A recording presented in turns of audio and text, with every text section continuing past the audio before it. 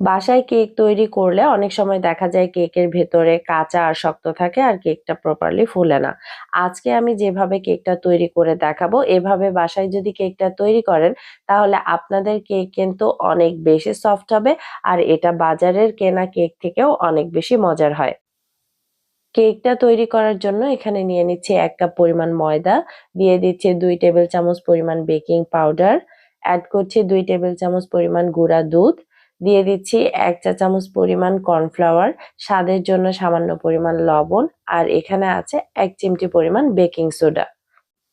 শুকনো উপকরণগুলো এভাবে চেলে নিতে হবে আর অবশিষ্টাংশটা ফেলে দিতে হবে।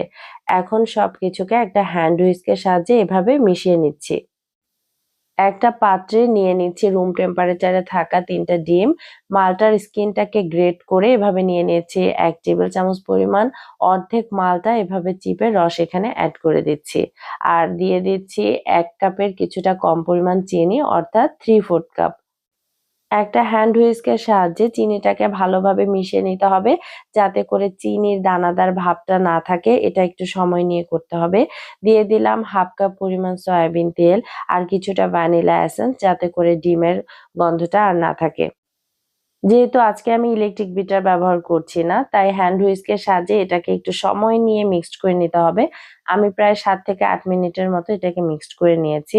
তো এখানে ময়দার অর্ধেকের বেশি অংশ আমি ১ম এ দিয়ে দিলাম। এখন হ্যান্ড হুইস্কের সাহায্যে এটাকে আস্তে, আস্তে মিশিয়ে নিতে হবে। তো এটা একটু সাবধানে আস্তে, আস্তে মিশিয়ে নিলেই ভালো। ১ম অংশটা মেশানো হয়ে গেলে বাকি যে ময়দার অংশটা আছে সেটা এড করে দিচ্ছি। এখন এই ময়দাটুকুও হ্যান্ড হুইস্কের সাহায্যে এভাবে আস্তে, আস্তে ঘুরিয়ে, ঘুরিয়ে মিশিয়ে নিতে হবে।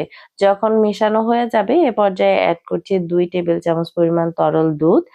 দুধটা মেশানোর পরে কেকের ব্যাটারের কনসিস্টেন্সিটা কিন্তু একদম পারফেক্ট আছে। ৭ ইঞ্চি সাইজের একটা কেকের মোল্ড নিয়ে নিয়েছি আর খাতার পৃষ্ঠা কেটে উপরে এভাবে দিয়ে দিয়েছি। একটা ব্রাশের সাহায্যে এখন তেল ব্রাশ করে নিতে হবে। তেলটা কিন্তু পৃষ্ঠার উপরেই দিতে হবে, মোল্ডের চারপাশে দেওয়া যাবে না। এখন ব্যাটারটাকে ঢেলে নিয়ে এভাবে ট্যাপ, ট্যাপ করে নিচ্ছি যাতে করে ভিতরে কোনো বাতাস থাকলে সেটা বেরিয়ে যায়। উপর থেকে কিছুটা কাঠবাদাম কুচি দিয়ে দিলাম। ব্যাটারটা তৈরি করতে, করতে একটা পাতিলের মাঝখানে স্ট্যান্ড রেখে এটাকে মিডিয়াম টু লো হিটে প্রি-হিট করে নিয়েছি ১০ মিনিটের মতো। একটা ঢাকনা দিয়ে লো হিটে ২৫ থেকে ৩০ মিনিটের মতো কেকটা বেক করে নিতে হবে।